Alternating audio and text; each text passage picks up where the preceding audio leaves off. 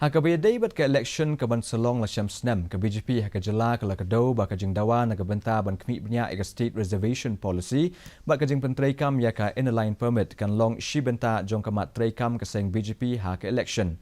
Aba pentip ya kini unong elam ba kamat jong ke BJP iba RS Mauri le thu ya ke lat patai khubor hinin ke sngi ba ke Seng kan ai jing kershan halo kajing dawa jong u MLA ke Seng iba AL hek ba kumba sau pau na ke shispa de ban mang na ke benta ki brieu ki bawan na ke long yeng beduk.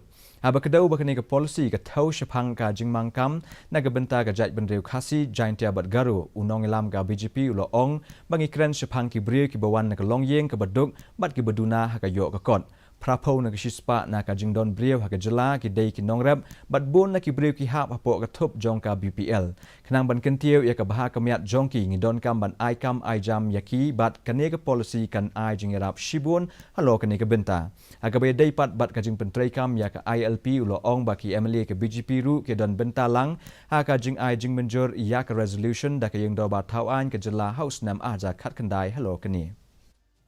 As you know, the population in our state, 80% they are the farmer, they are kisan.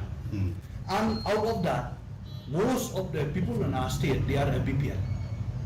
So to uplift them, we have to provide them a space, a job for them. So this policy will help to solve this matter. Ka HSP